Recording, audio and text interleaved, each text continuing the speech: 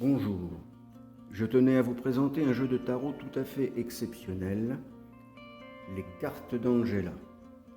Pour le coup, c'est un jeu de tarot assez inhabituel qui n'a rien à voir avec les lames ordinaires des jeux conventionnels.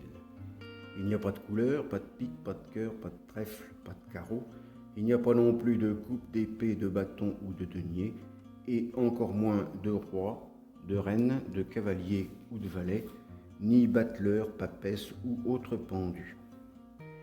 On y découvre toute l'allégorie de la symbolique chamanique de la nature du Costa Rica. Alors, pourquoi le Costa Rica ? Pays d'expatriation d'Angela, c'est un petit pays qui bénéficie d'une nature préservée. Alors bien sûr, c'est un pays tout à fait développé et civilisé, mais il y a de nombreux endroits, éloignés des villes et des pueblos, où l'on peut encore rencontrer des peuplades autochtones.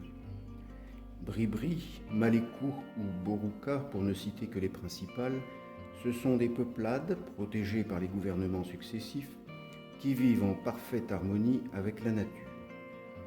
Elles ont une telle synchronisation avec cette nature que leurs chamans interprètent les symboles de la faune et de la flore et pressentent, augurent et anticipent le quotidien de leur tribu. C'est ce qu'on retrouve dans ce singulier jeu de tarot, les cartes d'Angela.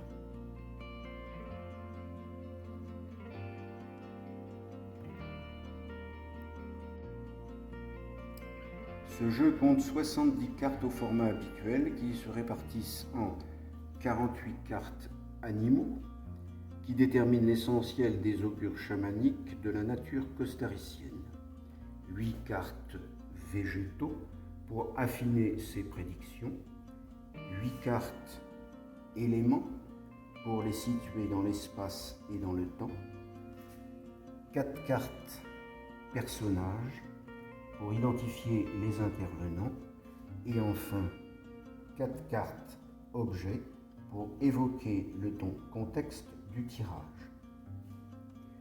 Parmi toutes ces cartes, certaines, 10 pour être précis, sont des cartes maîtresses, identifiées par une petite couronne en haut à gauche de la carte.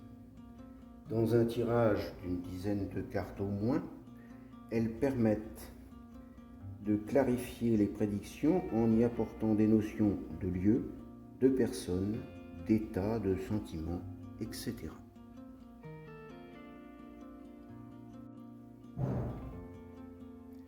Enfin, pour approfondir les oracles, les 4 éléments air, eau, feu et terre sont évoqués par des groupes d'animaux. Insectes et oiseaux représentent l'air, les batraciens l'eau, les arthropodes, les reptiles et les félins le feu, et les mammifères, autres que les félins, symbolisent la terre.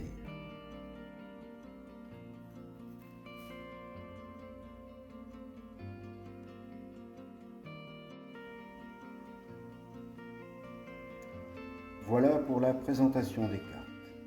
Elles sont conditionnées dans une boîte en carton, accompagnées d'un petit livret d'instructions qui résume les différentes combinaisons d'animaux et leur interprétation et fournit plusieurs méthodes de tirage ainsi que quelques conseils.